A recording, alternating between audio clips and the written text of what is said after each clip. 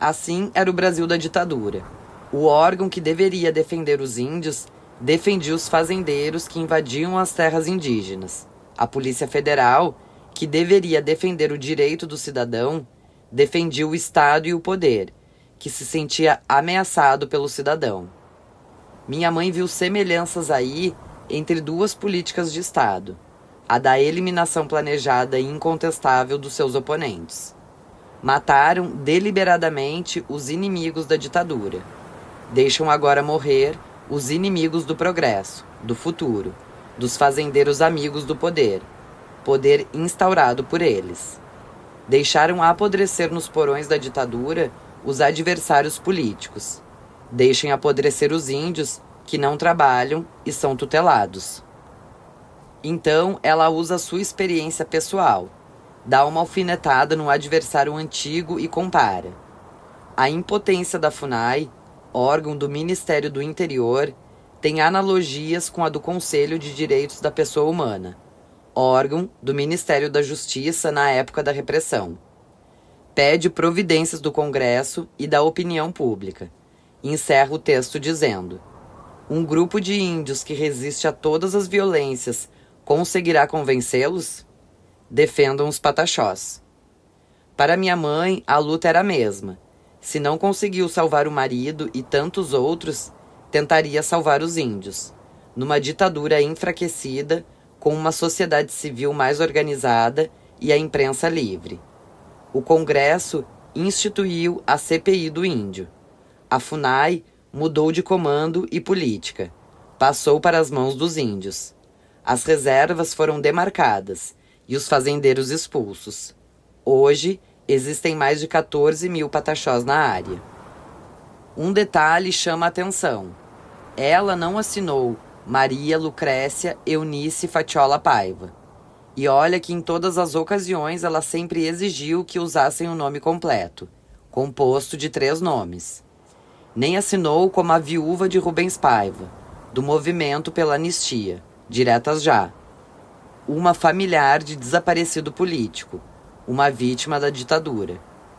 O artigo é assinado por uma Eunice Paiva, por uma Eunice, uma outra Eunice, uma nova Eunice. E cuidadosa que era, certamente foi quem pediu: assinarei apenas Eunice Paiva. Muitos dos leitores do artigo não fizeram associação com outra Eunice Paiva, a Maria Lucrécia Eunice Fatiola Paiva. Não sei nem se a Folha sabia que ela era viúva de Rubens Paiva. Ela que assinava o artigo da importante página 3. No mesmo ano, a notícia: a ameaça de morte a funcionários da FUNAI, reféns dos índios do Xingu. Preocupava antropólogos reunidos em São Paulo, sob a liderança indígena de Ailton Krenak, que recebeu uma carta dizendo que seria impossível controlar os guerreiros e garantir a vida dos reféns. Minha mãe aparece na imprensa como jurista, advertindo para o problema da não demarcação das terras indígenas. Ela citou um caso em Serra Morena, no Mato Grosso, onde o próprio governo teria invadido uma terra indígena e estaria construindo uma hidrelétrica. A Comissão Nacional da Verdade mostrou que índios foram presos, sofreram tortura e até desapareceram durante a ditadura. Houve massacres de aldeias, crimes não eventuais, mas sistemáticos, praticados por agentes do Estado ou a serviço dele. O ano de 1968, na esteira do endurecimento da ditadura militar, com o AI-5, marca o início de uma política indigenista mais agressiva, inclusive com a criação de presídios para indígenas. O Plano de Integração Nacional, editado em 1970, preconiza o estímulo à ocupação da Amazônia. A Amazônia é representada como um vazio populacional, ignorando assim a existência de povos indígenas na região. A ideia de integração se apoia em abertura de estradas, particularmente a Transamazônica e a BR-163, de Cuiabá a Santarém, além da BR-174, 210 e 374. A meta era assentar umas 100 mil famílias ao longo das estradas, em mais de 2 milhões de quilômetros quadrados de terras expropriadas. Na época, o ministro do interior era o militar e político José Costa Cavalcante, um dos signatários do AI-5, que ficaria no cargo de 1969 até 1974, apoiado por Costa e Silva, a quem ajudara a ascender à presidência, e por Médici. Costa Cavalcante, ele próprio declara que a Transamazônica cortaria terras de 29 etnias indígenas, sendo 11 grupos isolados e 9 de contato intermitente, acarretando em remoções forçadas. Para a consecução de tal programa, a FUNAI, então dirigida pelo general Bandeira de Melo, firmou um convênio com a Superintendência de Desenvolvimento da Amazônia para a pacificação de 30 grupos indígenas arredios e se tornou a executora de uma política de contato, atração e remoção de índios de seus territórios em benefício das estradas e da colonização pretendida. Povos sofreram remoções forçadas, aldeias foram dizimadas, houve genocídio dos índios Chetás no Paraná, houve genocídio dos Avás Canoeiros no Araguaia e um massacre contra os Cintas Largas no Mato Grosso. Teve uma cadeia só para indígenas, o chamado Reformatório Krenak, construído em Governador Valadares. O sertanista Antônio Cotrim Soares dizia que era um campo de concentração, para onde eram enviados os índios revoltados com o sistema explorador e opressivo da FUNAI. 121 índios ficaram presos entre 1969 e 1979.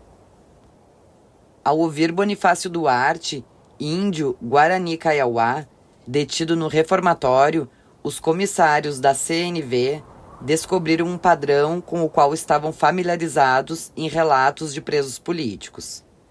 Amarravam a gente no tronco, muito apertado. Tinha outros que eles amarravam com corda de cabeça para baixo. A gente acordava e via aquela pessoa morta que não aguentava ficar amarrada daquele jeito. A gente tinha medo. Os outros apanharam mais pesado do que eu. Derrubavam eles no chão. Relatou também o desaparecimento de parentes e fez referência a uma ilha para onde os presos eram levados e não voltavam mais. Ilha das Cobras. Oredes Krenak também denunciou. Bater era normal para eles. Se o índio tentava se justificar por alguma acusação, batiam com cacetete grande. Depois, jogavam na prisão. Não podiam nem perguntar por que estavam sendo punidos.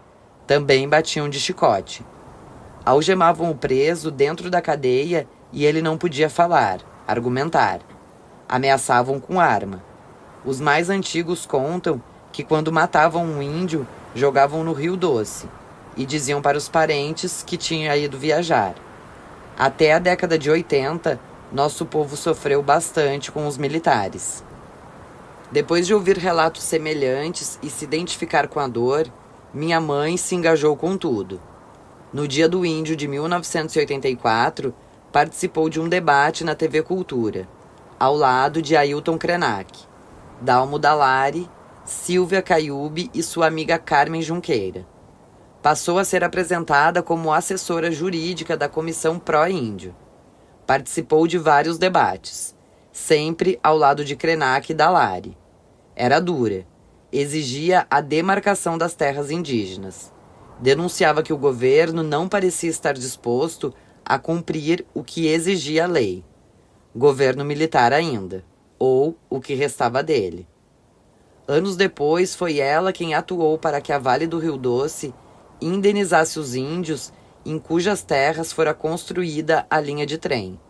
A notícia se espalhou. Outras nações, outros povos pediram a sua intervenção. Um dia cheguei na casa dela. Tinha na sala um Krenak, Ailton, de quem ficou muito amiga, um Terena e um índio tucano enorme. Depois a vi se reunindo com os Yanomamis. As linhas de transmissão da Eletronorte passavam em terras indígenas. Lá ia ela intervir. O Banco Mundial investia em projetos na Amazônia e exigiu respeito às terras indígenas. No projeto Carajás, ela exigiu que 3 milhões de dólares fossem para 13 comunidades indígenas afetadas. Em Rondônia, a mesma coisa. O Banco Mundial financiou a rodovia Cuiabá-Porto Velho, que passava por terras indígenas, condicionando a proteção das aldeias. Minha mãe advogou por eles. Em julho de 1984, foi convidada para representar o Brasil no Congresso Mundial das Populações Nativas, em Estrasburgo. Havia aborígenes, tribos africanas, esquimós, tudo. Ficou lá uma semana com a minha irmã Nalu. Durante o dia, ela ia ao congresso, e à noite jantava um sorvete com vinho branco. Ela adorava aquelas imensas taças francesas com sorvete e chantilly. Como as taças eram muito grandes, só jantavam isso. Saíam bêbadas pela rua, rindo da cara que o garçom fazia quando pediam apenas sorvete e vinho. O Banco Mundial passou a exigir de qualquer projeto que financiasse a Amazônia o aval de peritos, atestando que o meio ambiente e o direito indígena seriam respeitados. Ela passou a assessorar o Banco Mundial. Ficou amiga de antropólogos, especialistas em meio ambiente, em energia.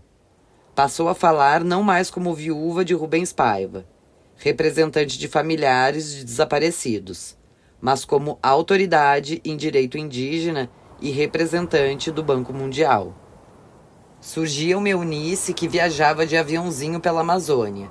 Chegava suja de terra e eventualmente com uma tatuagem de urucum, pulseiras e colares, de jeans e tênis, que ia e voltava para a Suíça, Genebra, para reuniões no escritório do Alto Comissário das Nações Unidas para os Direitos Humanos, que ia a Brasília defender o direito indígena nas instâncias superiores, FUNAI, STF.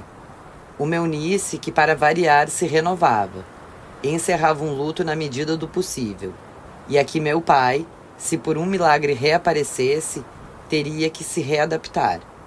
Uma mulher nova e independente, que não serviria o esquinho para ele, porque estaria numa reunião da ONU. E que duvido muito aceitasse voltar ao papel de dona de casa do Leblon, ou gerente de uma boutique de Ipanema. Descobri então que Eunice não foi só uma. Existiram algumas que não se contrapunham, completavam-se, não se contradiziam, somavam-se, reconstruíam-se da tragédia, alimentavam-se dela para renascer. Na campanha das diretas já, lá estava ela de amarelo, a cor do movimento, nos palanques. Foi requisitada para a famosa foto de representantes da sociedade civil, no L. da Folha de São Paulo, declarando o apoio às eleições diretas. Encontrou o candidato à presidência Tancredo Neves, em outubro de 1984, num jantar com jornalistas em Brasília, no AP de Baby Bocaiúva, reeleito deputado pelo novo PDT. A candidatura de Tancredo começou a decolar, interrompendo o ciclo militar. O mineiro ouviu mais do que falou. Minha mãe se queixou da lei da anistia, que perdoava torturadores. Ninguém sabia o que os civis fariam no poder em relação às monstruosidades da ditadura. Deixaram barato por muitos anos.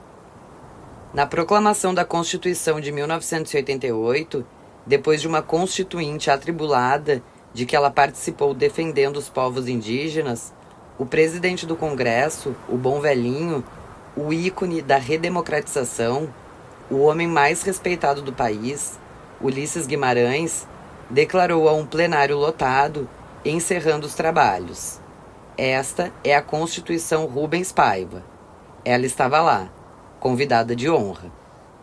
Em junho de 1990, chegaram a oferecer que ela fosse candidata ao Senado pelo PT. Ela não quis. Ofereceram a suplência do senador Eduardo Suplicy. Ficou honrada. Era amiga do Supla Pai. mas declinou. Queria tocar a sua vida.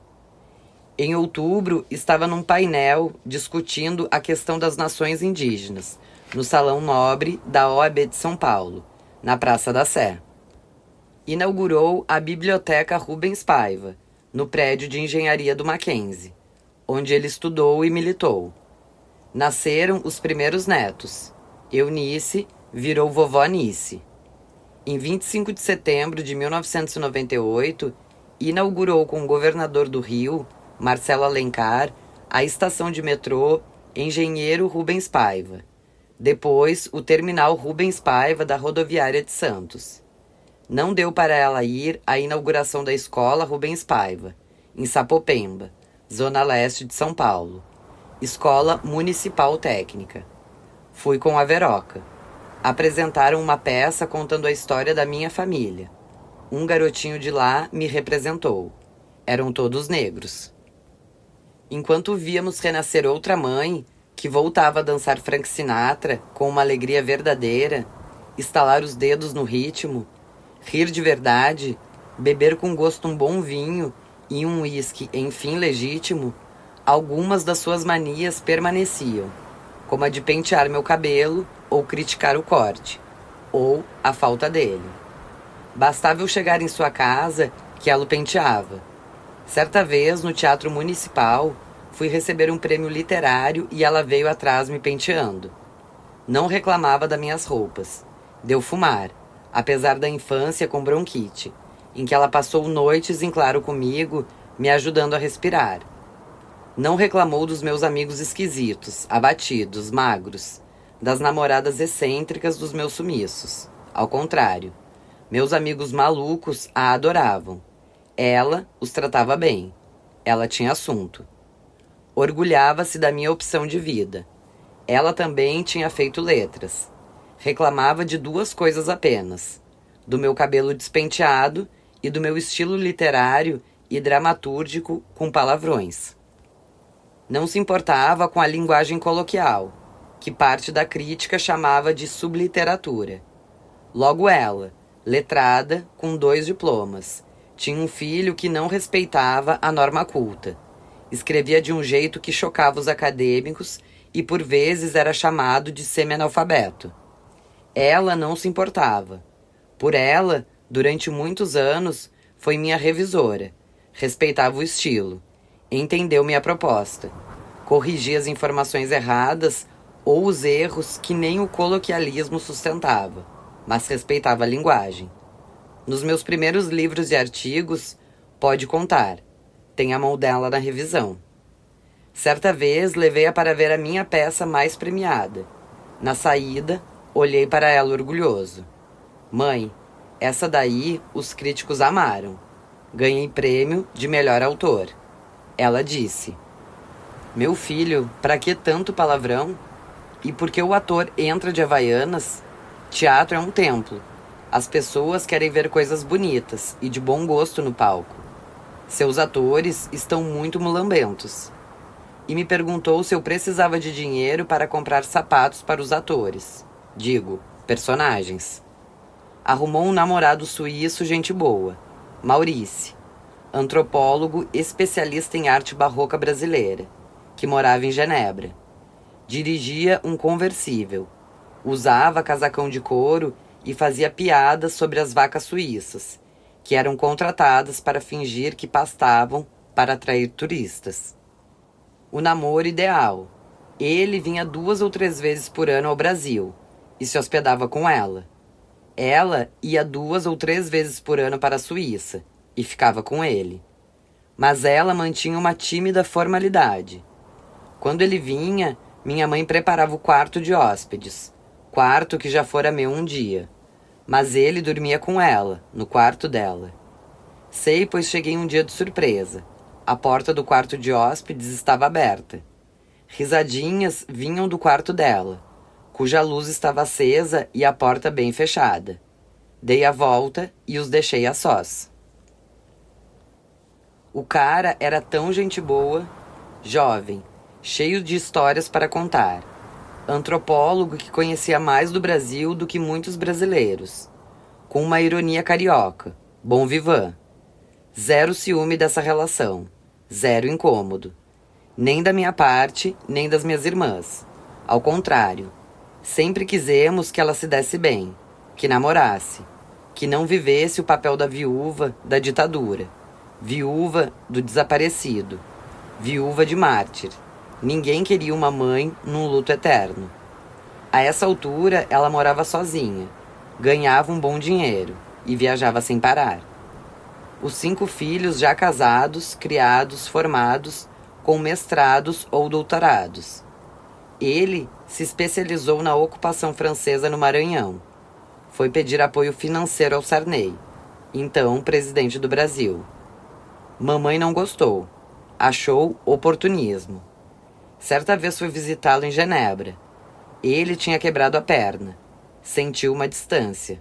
O namoro acabou ali. Nem pareceu incomodada por ter terminado. Não curtiu fossa alguma.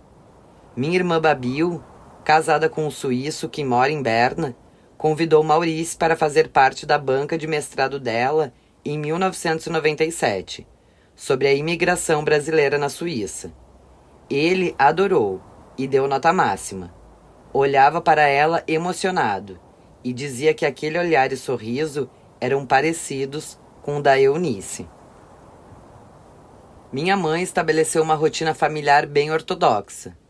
No Natal, cozinhava os mesmos pratos havia décadas. Era no mesmo horário, com um brinde ao final. Os almoços de domingo, religiosos, ao 12:30. E ai se alguém se atrasasse. Final do ano, estávamos liberados para passar onde bem entendêssemos.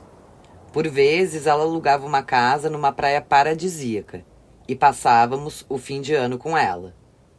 No ano 2000, fez um réveillon em Angra, numa casa alugada, virada do milênio. 3 filhas moravam na Europa, vieram todas, com os maridos e filhos. Aniversários, com ela. Páscoa, com ela. Por mais jovial e libertária que houvesse se tornado, não abriu mão das tradições de uma família italiana, que quer todos próximos. E ninguém ousava discutir ou negociar tais regras.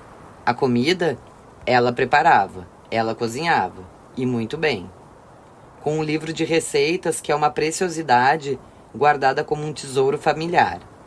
Até sorvete italiano fazia, hoje imitado pelas minhas tias, suas irmãs. Seu marrom glacê era um clássico. Sua mousse de aipo tinha que ter em todos os finais de ano. E o soufflé. Já falei do soufflé? O choro final. Quem era meu pai? Por que a tortura foi tão violenta? Falo de décadas de mistério. O que aconteceu? Como? A imprensa, com o tempo, com o fim da censura, passou a trazer histórias, depoimentos. Quando Brizola foi eleito governador do Rio, iniciou uma grande escavação no Recreio, para achar a ossada supostamente enterrada lá. Foram meses de escavação em 1987, depois que Nilo Batista, secretário de Segurança, recebeu uma carta anônima. Nada. Então veio o depoimento bomba do médico Amilcar Lobo, que atendia no DOI-CODE. Era daqueles que atestavam se o preso conseguiria ser mais torturado. Arrependido, confessou para a Veja que atendeu meu pai de madrugada. Em 2 depoimentos prestados, entre 1986 e 1987, afirmou ter sido chamado numa madrugada de janeiro de 1971 para atender um preso recolhido no DOI, que conseguiu apenas balbuciar, por 2 vezes o nome, Rubens Paiva. Com hemorragias internas numa poça de sangue, repetindo o nome, praticamente morto. Ele soube no dia seguinte que o paciente não resistiu. Minha mãe chegou a anunciar que iria se encontrar com o Lobo no dia em que ele fosse depor na Polícia Federal do Rio. Não sei como teria coragem. Não foi. Declarou aos jornalistas que só agora, 15 anos depois do desaparecimento do marido, pôde caracterizar sua condição de viúva. Em 1987, o Procurador-Geral da Justiça Militar, Francisco Leite Chaves, responsabilizou 5 militares pela morte de Rubens Paiva. Ronald José da Mota Batista Leão, João Câmara Gomes Carneiro, Ariedes e Barbosa Torres, Riscala Corbage e Eduardo Ribeiro Nunes. Todos negaram. Minha mãe declarou aos jornalistas. No começo, ainda havia esperanças do Rubens voltar, mas o tempo foi passando. Fui conhecendo outros casos de pessoas desaparecidas e fui aos poucos me conformando. Mas eu sempre quis saber como aconteceu. Eu nunca desisti de buscar os assassinos e esclarecer o caso. Para nós, o caso está encerrado apenas no sentido de saber o que aconteceu e desmistificar a versão oficial de que ele havia fugido. Ainda falta descobrir e julgar os verdadeiros culpados e encontrar os restos mortais. As Forças Armadas deveriam lutar pelo esclarecimento do caso. O que você acha de haver um general assassino? Em 1988, ela surpreendeu. Enquanto Amílcar Lobo sofria um linchamento público e o Conselho Regional de Medicina do Rio de Janeiro cassou sua licença médica, ela declarou conflituosamente: essa decisão do RCM do Rio de Janeiro em nada atinge o caso, que continua sem resolução oficial. Ele pediu para que Rubens fosse mandado para um hospital, porque estava mal, depois das torturas. Mas os torturadores não obedeceram. Há pressões das Forças Armadas para que o caso não se resolva. Conhecendo a minha mãe, tinha uma esperteza aí. O que nos interessava? Que Lobo abrisse o bico, falasse mais, desse nomes, apontasse culpados e, enfim, revelasse o lugar onde estaria a ossada. Perdoá-lo seria ganhar um aliado, trazer para o nosso lado. Lobo era o primeiro de dentro do regime a falar. Quem sabe outros se sentiriam encorajados. Deu certo. Ele falou tudo o que sabia. Sentiu-se encorajado, até escreveu um livro com detalhes, mas ele não sabia tanto assim. Era uma personagem secundária na máquina de triturar ossos. Morreu poucos anos depois. Jogar com chantagem emocional era uma forma de lutar. Queríamos gente de dentro falando. Sabíamos que muitos viram, muitos sabiam, e nem todos concordavam com os métodos aplicados. Mas tinham medo. A máquina da repressão estava intacta, era eficiente. Eliminava arquivos sem deixar suspeitos. A máquina precisava sobreviver. A máquina é quem manda no Estado. Uma vez um oficial me ligou. Tinha presenciado a tortura do meu pai. Queria me contar tudo. Morava em Guaratinguetá. Avisei ao Pedro Bial, que fazia uma matéria para o Fantástico sobre o caso. Vamos juntos. Misericordiosamente, o cara sofreu um derrame quando marcamos o encontro. Coincidentemente, apagou. Queima de arquivo? As informações que temos não foram esclarecidas em meses, mas em anos. Encontrei Heleninha Bocaiúva, um dos pivôs da prisão do meu pai, que me contou que depois do sequestro do embaixador americano, o nome dela, que foi fiadora da casa que serviu de cativeiro, caiu. Meu pai a escondeu num AP em São Paulo. Ficou clandestina meses nesse AP. Ele a visitava eventualmente, levava mantimentos, até conseguir tirá-la do Brasil pela rota do Chile. Era dela uma das cartas apreendidas no galeão. Alguns acreditam que a violência da tortura estava relacionada com a CPI de que meu pai foi relator quando deputado em 1963, que descobria o dinheiro americano recebido por deputados e golpistas para derrubar o governo Jango. Denunciou no Congresso generais que receberam dinheiro da Casa Branca para preparar o golpe. Outros acreditam que ele tinha informações sobre Adriano, codinome de Carlos Alberto Muniz, líder do MR8 e contato de Carlos Lamarca, à época o homem mais procurado do país. Mas, para Riscala Corbage, vulgo Dr. Najib, da subseção de interrogatório do DOI da época, o Rubens Paiva só tinha um significado para o CIE. Era controlar a correspondência, o leve trás da correspondência para o Chile e para Cuba. Na adolescência, eu insistia com a minha mãe. Me conta a verdade, conta o que aconteceu, por que ele foi preso, por que nunca podemos tocar no assunto? Ela se levantava e saía da mesa, porque talvez não soubesse, porque talvez ninguém soubesse. Ela não gostava que falasse dela, do inferno que viveram, das relações dele com a esquerda armada. Para ela, ele era um político caçado que foi preso por ajudar a filha de um amigo, jovem, que enviou uma carta de agradecimento do Chile, e por descuido da organização, foi interceptada. Para ela, a versão de alguém que nem participava da luta armada, ou da subversão, ou do terror, ser torturado daquele jeito era a prova de que a ditadura fazia mal a todos, ao conjunto, ao regime caçado por milicos.